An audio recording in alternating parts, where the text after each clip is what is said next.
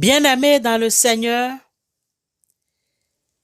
la grâce et la paix vous sont données de la part de Dieu notre Père et de Jésus-Christ qui nous aime et nous conduit.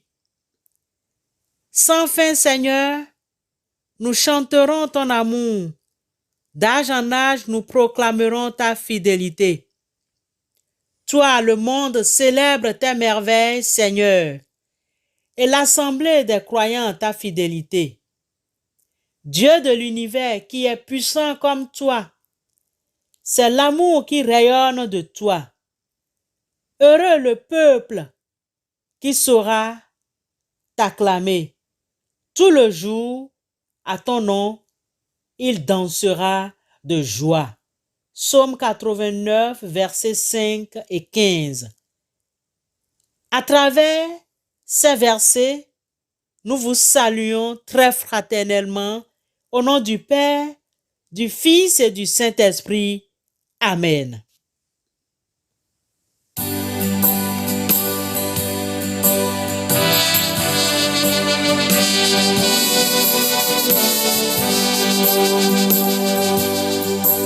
Le grand jour s'est levé, Dieu nous a visités. Voici des temps nouveaux, chantons gloire à l'agneau. Nous recevons de Christ ce qu'il avait promis, le Saint-Esprit est là. Le Saint-Esprit est là, le Saint-Esprit est là. La nuit a disparu, Dieu donne un plein salut. Et sur le monde entier, le grand jour s'est levé, le Saint-Esprit est là.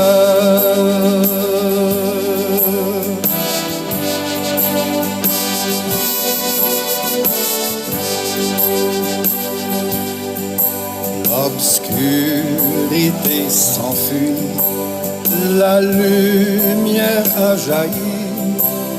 Chassons des cœurs troublés toute incrédulité, car Christ, le roi des rois, répand l'esprit de foi. Le Saint-Esprit est là. Le Saint-Esprit est là, le Saint-Esprit est là.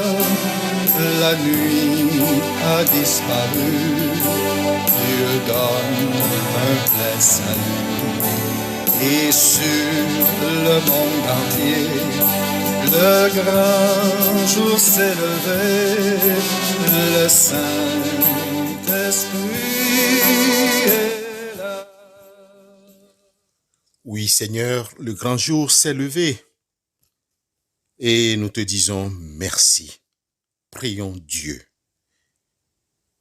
Seigneur éternel, Maître de notre vie, nous te disons merci pour ce grand jour que tu nous as donné. Nous te disons merci, Majesté, parce que toi tu es assis sur le trône. Nous bénissons ton nom. Gloire à toi.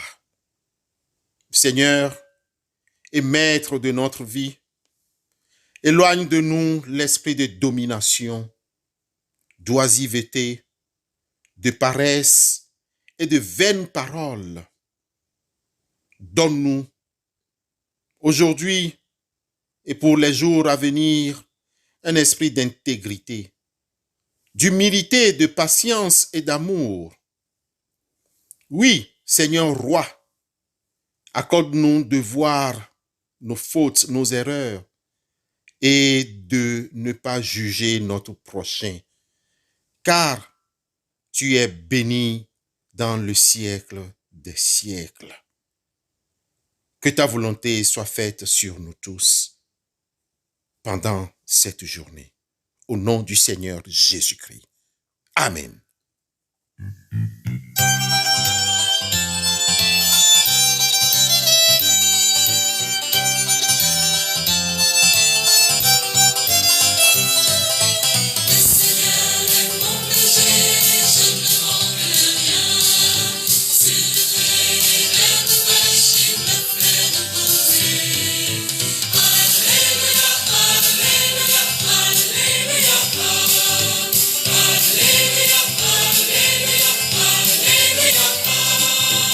Il me donne la paix, il me fait revivre. Lui seul est mon chemin de justice et de joie. Le Seigneur est mon berger, je ne manque de rien. Sur le pré vers nos fraîches, il me fait reposer. Alléluia, alléluia, alléluia, alléluia, alléluia, alléluia. Si je suis dans la nuit, je n'ai rien à craindre. Le Seigneur est présent, lumière sur mes pas.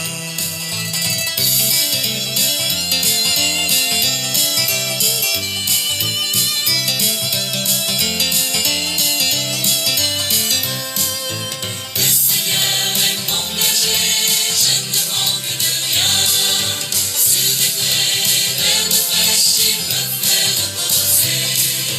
Alléluia, alléluia, alléluia, alléluia.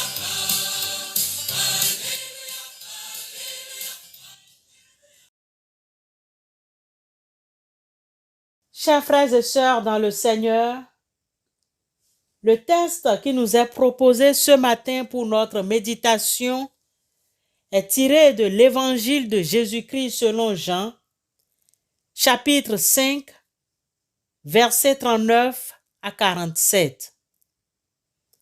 Jean 5, 39 à 47. Écoutons avec recueillement la parole de l'Éternel. Vous sondez les Écritures parce que vous pensez avoir en elles la vie éternelle. Ce sont elles qui rendent témoignage de moi. Et vous ne voulez pas venir à moi pour avoir la vie. Je ne tire pas ma gloire des hommes, mais je sais que vous n'avez point en vous l'amour de Dieu. Je suis venu au nom de mon Père, et vous ne me recevez pas. Si un autre vient en son propre nom, vous le recevrez. Comment pouvez-vous croire, vous qui tirez votre gloire les uns des autres, et qui ne cherchez point la gloire qui vient de Dieu seul? Ne pensez pas que moi je vous accuserai devant le Père. Celui qui vous accuse, c'est Moïse, en qui vous avez mis votre espérance. Car si vous croyez Moïse, vous me croiriez aussi parce qu'il a écrit de moi. Mais si vous ne croyez pas à ses écrits, comment croirez-vous à mes paroles? Sainte est la parole de l'Éternel. Que le Seigneur nous sanctifie par sa parole. Amen. Peuple de Dieu au bout des ondes, nous aimerions vous entretenir ce matin sur le témoignage rendu à Christ, c'est-à-dire les incontournables témoignages sur Jésus. Comme vous le savez, Jésus est la figure centrale tout au long de la Bible et nous avons besoin de nous voir en relation avec lui. Vous sondez les Écritures parce que vous pensez avoir en elles la vie éternelle. Ce sont elles qui rendent témoignage de moi. Jean 5, 39. La question principale qui découle de ce verset est: pourquoi les Écritures rendent-elles témoignage de Christ? En effet, Jésus a payé la pénalité du péché et est la rançon de plusieurs. Marc 10, 45. Il a toute autorité dans les cieux et sur la terre. Matthieu 28, 18. Et toutes choses sont entre ses mains. Jean 13, 3. Son nom est au-dessus de tout nom. Et un jour, tout genou fléchira devant lui. Philippiens 2, 9 à 11. Chers frères et sœurs en Christ, Jésus est le centre de toute vie.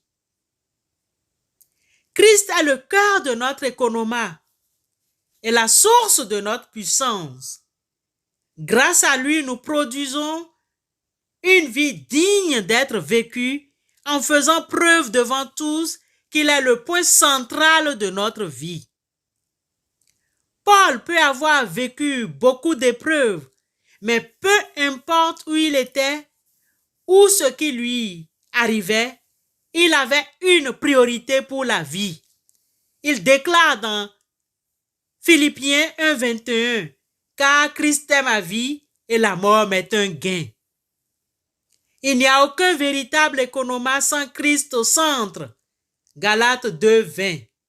Il est le centre de la bienheureuse espérance. Tite 2, 13. Et il est avant toute chose, et toute chose subsiste en lui. Colossiens 1, 17.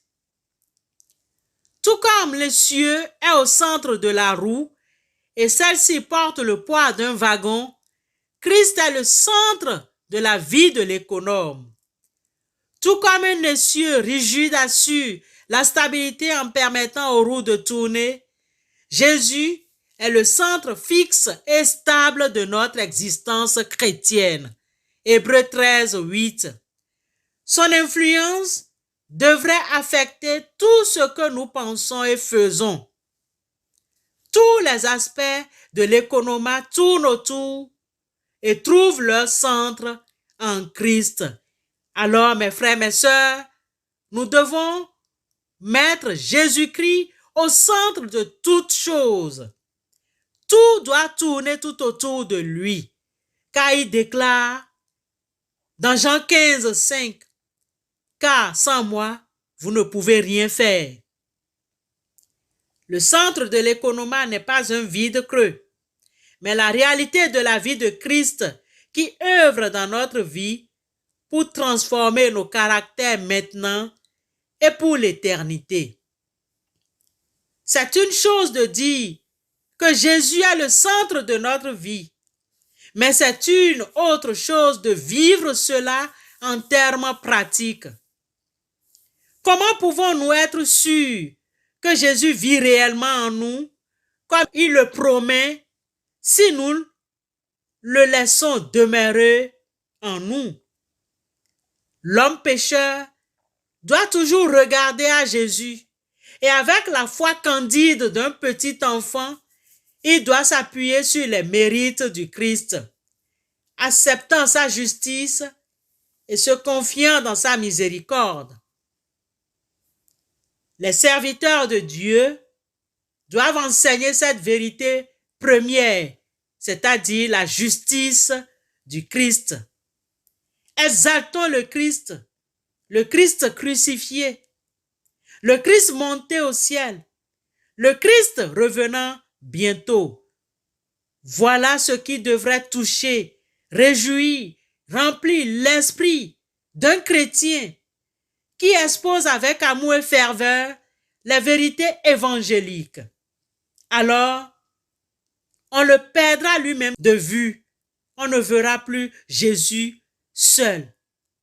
Et partout, nous devons nous appuyer sur lui, parler de lui et chanter sa gloire, prier en toutes circonstances.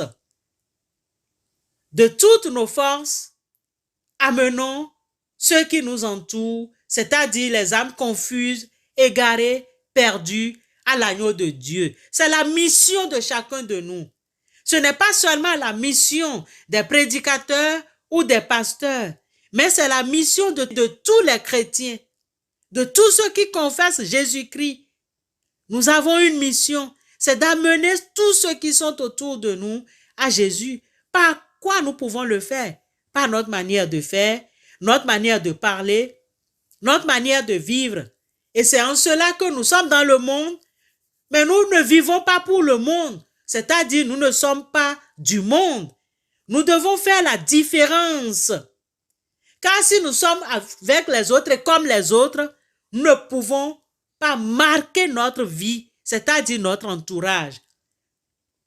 Notre mission, sinon l'une de nos missions, est de marquer notre entourage par notre manière de faire pour prouver que Christ est le centre de notre vie. Nous devons parler du Sauveur ressuscité et dites à tous ceux qui nous entendent, venez à celui qui nous a aimés et qui s'est livré lui-même pour nous. Amen.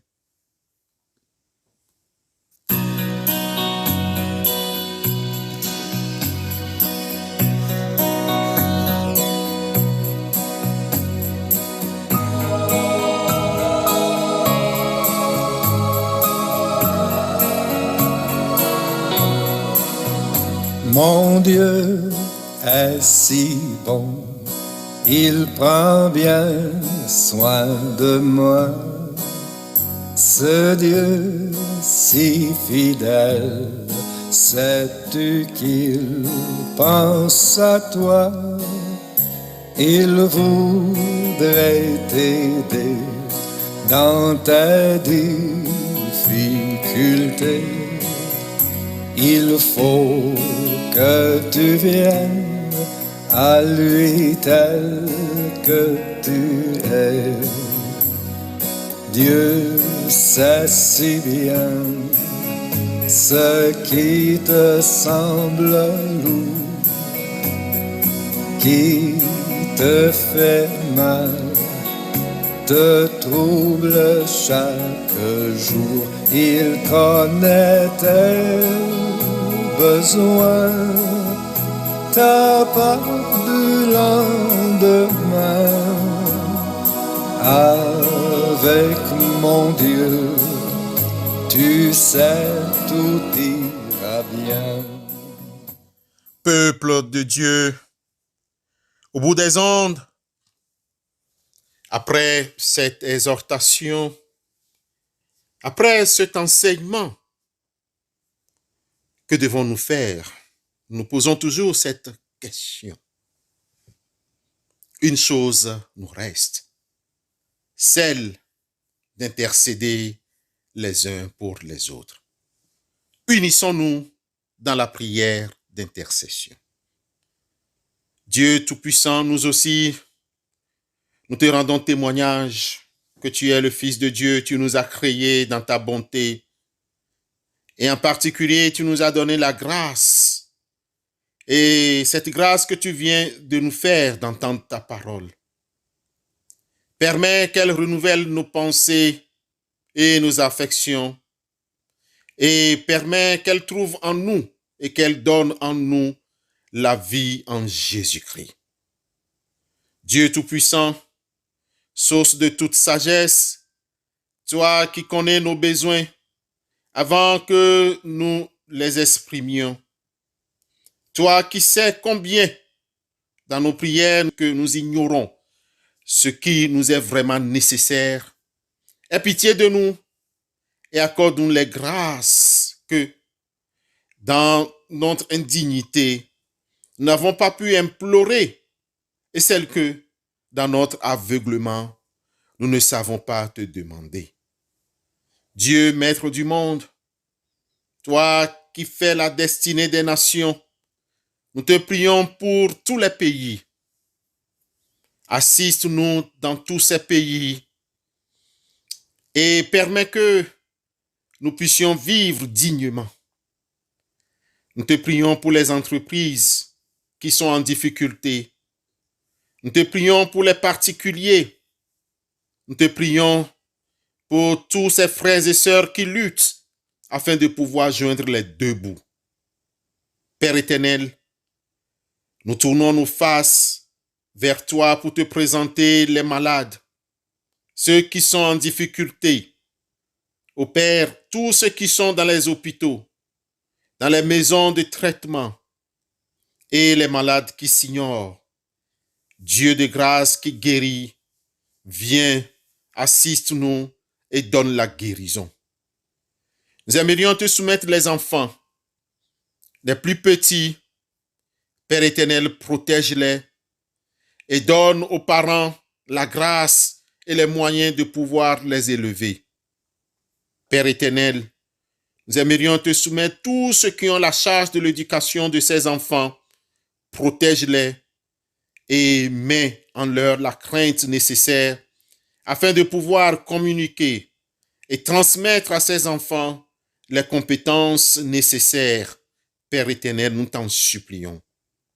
Seigneur, que toi-même tu écoutes nos prières et que tu nous exauces.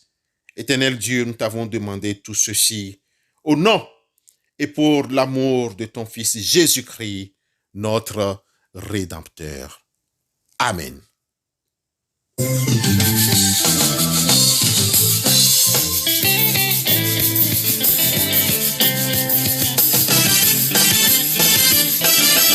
Dieu que je sers, le Dieu que j'adore, le Dieu que je chante, il s'appelle Jésus-Christ. Le Dieu que je sers, le Dieu que j'adore, le Dieu que je chante, il s'appelle Jésus-Christ. Partout où je vais, les gens me demandent, le Dieu que tu sers là, il s'appelle comment? Le Dieu que je sers, le Dieu que j'adore, le Dieu que je chante, il s'appelle Jésus-Christ. Je ne peux plus vivre sans toi. Je ne peux plus vivre sans toi. Tu m'as donné une vie nouvelle, Yahweh. Je ne peux plus vivre sans toi. Je ne peux plus vivre sans toi. Je ne peux plus vivre sans toi. Tu m'as donné une vie nouvelle, Yahweh. Je ne peux plus vivre sans toi. Yahweh, oh. Je ne peux plus vivre sans toi. Yahweh, oh. Je ne peux plus vivre sans toi. Je ne peux plus vivre sans toi.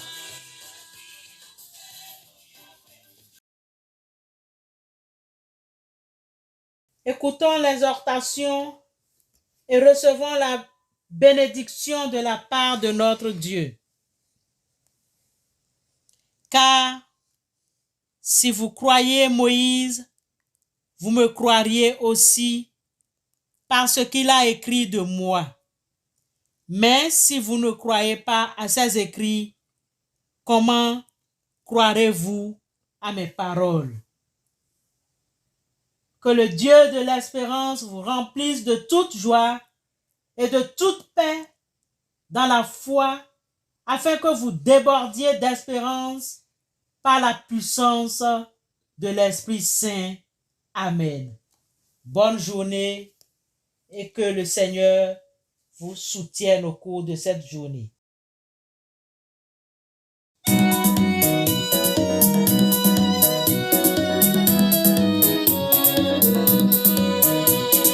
Marchons avec joie dans le bon chemin, dans l'étroite voie du bonheur sans fin. Laissons en arrière les biens d'ici-bas. Prions notre Père de guider nos pas, comptant sur sa grâce, remplie de sa paix, que bien